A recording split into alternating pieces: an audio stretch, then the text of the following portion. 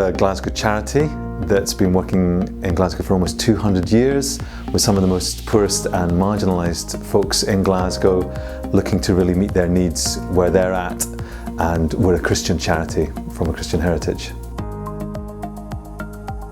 The first winter night shelter that we led was 9 years ago, so we're preparing for our 10th winter just now, and it was really in response to the needs that we saw on the street with people having to rough sleep when conditions were really grim. You know, it's freezing cold, there's snow on the ground, and we thought that we can't allow this to happen, and so we created a warm, safe, welcoming space inside where men or women could come and get off the streets for the night, but also then hopefully get help following on from that to go somewhere better. We've always worked in partnership. We always strive to work in partnership. We believe that we can have a better shelter if we do it with partners.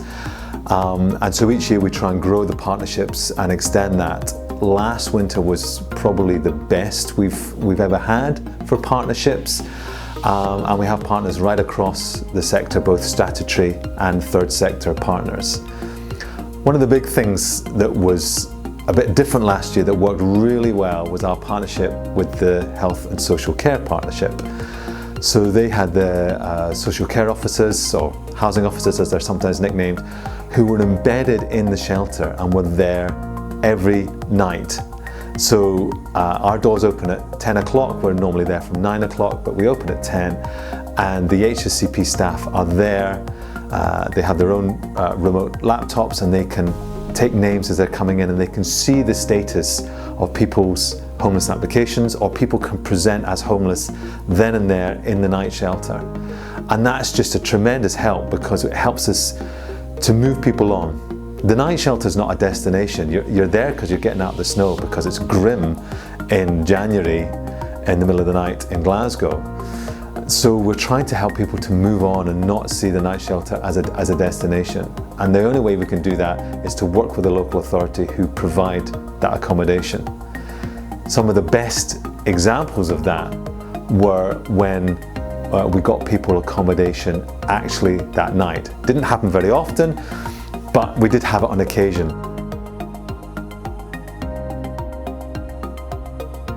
Our shelter caters for up to 40 men and women. That's the physical space that we have. The night shelter is not glamorous. If you see photos of it, it's just mattresses laid out in a big hall with one section cordoned off for women, but you're all in the same room. And last year because we worked so hard at getting people through the system, we were really pleased that last year we had no nights where we were at capacity. I think our busiest night was 36 out of 40. Whereas every year previously, we've always had a night where we've hit capacity and we've had to do that awful thing of turning people away, which is grim, because you know that you're kind of the last backstop in the city for getting a bed and avoiding rough sleeping. So that was good last year that we didn't hit capacity. We would like to think therefore that there was no one rough sleeping last winter, but that wasn't the case. There were still small numbers of people rough sleeping who didn't want to come to the night shelter. But we could certainly say that there was no need for people to rough sleep. There were empty mattresses at the night shelter.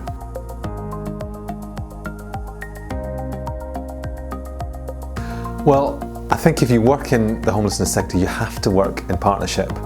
I must reiterate that our partnership in the night shelter is much wider than just ourselves and the HSCP. There's about 10 partners. We've got sort of third sector and legal advocacy and NHS and the police and a whole range of partners. You have to do that to provide a really good service and to have joined up thinking. I think anyone that thinks that you can work in homelessness without working in partnership is just deluding themselves, including the local authority, and I'm sure they'd admit that. And then it has knock-on effects. If you can see that by working in partnership, you're all trying to do the same, you've all got the same goals in mind. You genuinely want to get people out of dangerous, rough sleeping situations in somewhere safe and then moving them on to more stable accommodation. That then has dividends throughout the rest of the year when you're doing other projects together on maybe tackling street begging or looking to reduce use of temporary accommodation and B&Bs, which are really not great places to have people for any length of time. As you're doing these things, you've already built up the relationships. There's already trust there. You're on first name terms with managers and key services. You can pick up the phone and say, look, we've got a problem. Could you help out here? So that sort of thing happens because you work in partnership.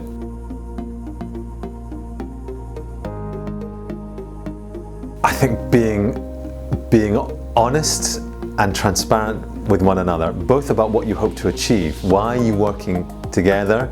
Do we have some common goals here, or are we actually do we have different agendas?